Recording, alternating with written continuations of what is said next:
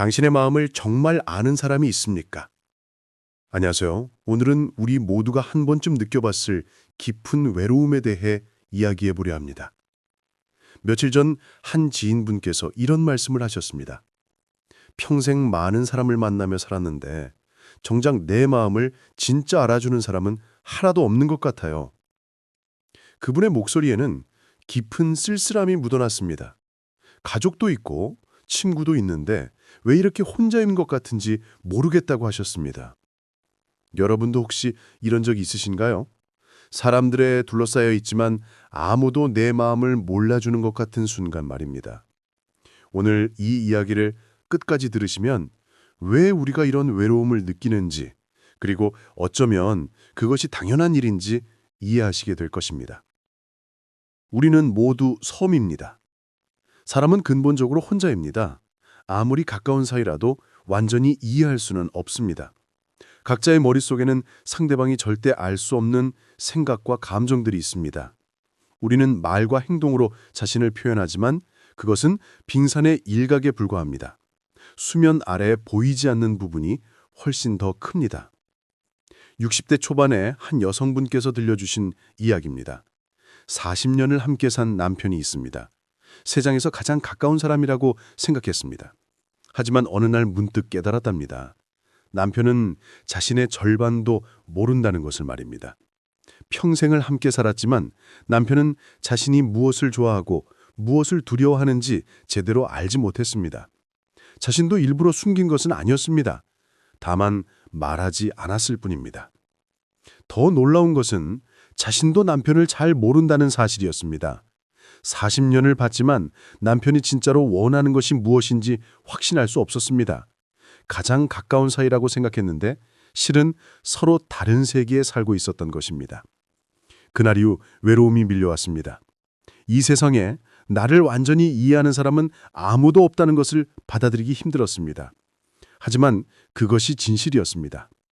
우리는 모두 각자의 섬에 살고 있습니다. 말하지 않으면 알 수 없습니다. 우리는 상대방이 알아서 눈치채 주기를 바랍니다. 이 정도 사이면 말하지 않아도 알 것이라고 기대합니다. 특히 가까운 사람일수록 그런 기대가 큽니다. 하지만 사람은 텔레파시로 소통하지 못합니다. 말하지 않으면 알 수 없습니다. 그런데 우리는 말을 아낍니다. 말해봤자 이해 못할 것 같아서 또는 말하기 귀찮아서 그냥 속으로 삭힙니다. 50대 후반의 한 남성분께서 겪은 일입니다. 직장 생활이 힘들어서 집에 오면 지쳐 있었습니다. 아내가 위로해 주길 바랬습니다. 하지만 아내는 그저 밥 먹으라는 말만 했습니다.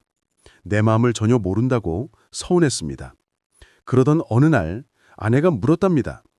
요즘 왜 그렇게 말이 없냐고, 무슨 고민이 있냐고 물었습니다. 그제야 깨달았습니다. 아내는 몰랐던 것입니다. 자신이 힘들다는 것을 말하지 않았으니 알 수가 없었던 것입니다.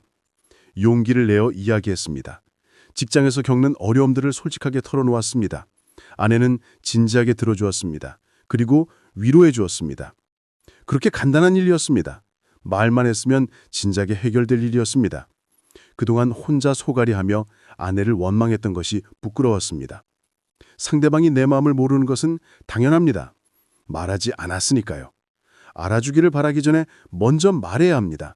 그것이 소통의 시작입니다. 자신도 자신을 잘 모릅니다. 더 근본적인 문제가 있습니다. 우리는 자신조차 제대로 모릅니다. 내가 진짜 원하는 것이 무엇인지, 무엇 때문에 화가 나는지 정확히 알지 못합니다. 그런데 상대방이 어떻게 알겠습니까? 자신도 모르는 마음을 남이 알아주길 바라는 것은 무리입니다. 60대 중반의 한 어르신께서 들려주신 깨달음입니다. 평생 사람들이 자신을 몰라준다고 불만이었답니다. 특히 자녀들이 자신의 마음을 몰라준다고 서운해했습니다. 그런데 어느 날 상담사와 대화하다가 질문을 받았답니다. 그럼 어르신은 정확히 무엇을 원하시나요? 그 질문에 답을 못했답니다. 자신이 무엇을 원하는지 명확히 말할 수 없었습니다. 그저 막연하게 외롭고 서운한 감정만 있었습니다. 그날 크게 깨달았다고 합니다. 자신도 자신을 모르는데 남들어 알아달라고 한 것이었습니다. 그 뒤로 스스로를 돌아보는 시간을 가졌습니다. 일기를 쓰며 자신의 감정을 정리했습니다. 내가 진짜 원하는 것이 무엇인지 찾아가는 과정이었습니다. 시간이 걸렸지만 조금씩 자신을 이해하게 되었습니다. 그러자 신기하게도 다른 사람들과의 관계도 나아졌습니다. 자신을 아는 만큼 타인도 이해하게 되었고 자신의 마음을 명확히 전달할 수 있게 되었습니다. 남이 내 마음을 알아주기를 바라기 전에 먼저 나 자신을 알아야 합니다. 그것이 소통의 시작입니다. 각자의 경험이 다르기 때문입니다. 사람은 자신의 경험을 통해서만 세상을 이해합니다. 내가 겪어보지 않은 일은 상상하기 어렵습니다. 그래서 상대방의 아픔을 진정으로 공감하기 힘듭니다. 머리로는 이해하지만 가슴으로는 느끼지 못합니다. 이것이 서로를 완전히 이해할 수 없는 이유입니다. 50대 중반의 한 여성분께서 겪은 일입니다. 남편을 여의고 혼자가 되었습니다. 깊은 슬픔에 빠져 있었습니다. 친구들이 위로해줬지만 와닿지 않았습니다. 친구들은 좋은 말을 해줬지만 그저 말일 뿐이었습니다. 그들은 배우자를 잃어본 적이 없었습니다. 그 고통을 알 수 없었습니다. 친구들을 원망할 수는 없었습니다. 그들도 최선을 다해 위로했지만 다만 경험하지 않은 일은 이해할 수 없다는 것을 깨달았습니다. 그러던 중 같은 처지의 사람들이 모이는 모임을 알게 되었습니다. 그곳에 가니 달랐습니다. 많은 말을 하지 않아도 서로 알았습니다. 같은 경험을 한 사람들이었기 때문입니다. 말하지 않아도 아는 것들이 있었습니다. 그때 비로소 위로를 받았습니다. 내 마음을 아는 사람은 나와 비슷한 경험을 한 사람뿐이라는 것을 배웠습니다. 그러니 경험이 다른 사람이 내 마음을 완전히 알아주기를 바라는 것은 무리입니다. 그것을 받아들여야 합니다. 각자의 관심사가 다릅니다. 사람은 자기 중심적입니다. 자기 일이 가장 중요하고 자기 감정이 가장 큽니다. 다른 사람의 이야기를 듣지만 사실은 자기 이야기를 하고 싶어 합니다. 진정으로 상대방의 마음에 귀 기울이는 사람은 많지 않습니다. 이것이 서로를 이해하기 어려운 또 다른 이유입니다. 60대 중반의 한 남성분께서 들려주신 관찰입니다. 친구들과 만나면 각자 자기 이야기만 한다고 하셨습니다. 누군가 이야기를 시작하면 다른 사람들은 듣는 척하지만 실은 자기 차례를 기다리고 있습니다. 앞 사람이 이야기가 끝나면 관련 없는 자기 이야기를 꺼냅니다. 진정한 대화가 아니라 각자의 독백이 이어질 뿐입니다. 자신도 마찬가지였습니다. 다른 사람 이야기를 들으면서도 속으로는 자기 이야기를 생각하고 있었습니다. 어느 날 그것을 깨닫고 달라지려고 노력했답니다. 상대방 이야기에 집중하려고 했습니다. 자기 이야기는 참고 질문을 하며 들어주었습니다. 쉽지 않았지만 계속 노력했습니다. 신기하게도 그렇게 하니 사람들이 자신을 좋아했습니다. 자기 이야기를 들어주니 고마워했습니다. 하지만 동시에 깨달았습니다.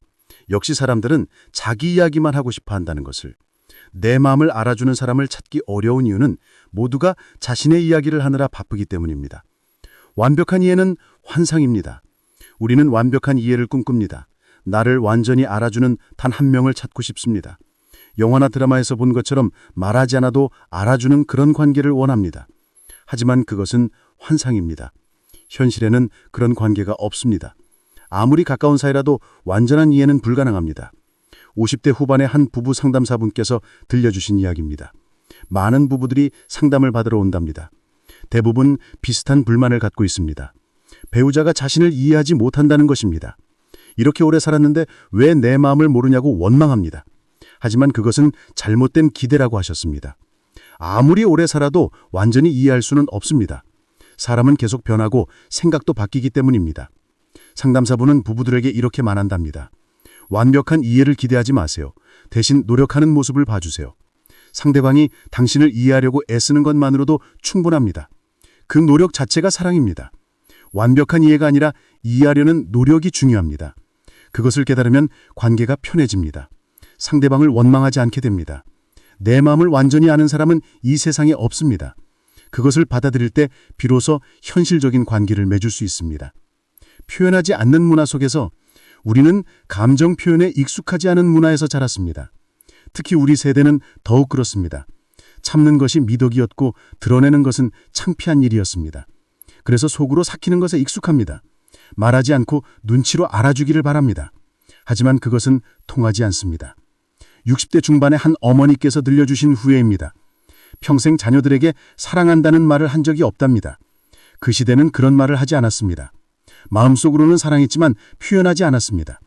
자녀들도 알 거라고 생각했습니다. 하지만 장성한 자녀들과 대화하다가 충격을 받았습니다. 자녀들은 어머니가 자신들을 사랑하는지 확신하지 못한다고 했습니다. 표현하지 않으니 알 수 없다고 했습니다.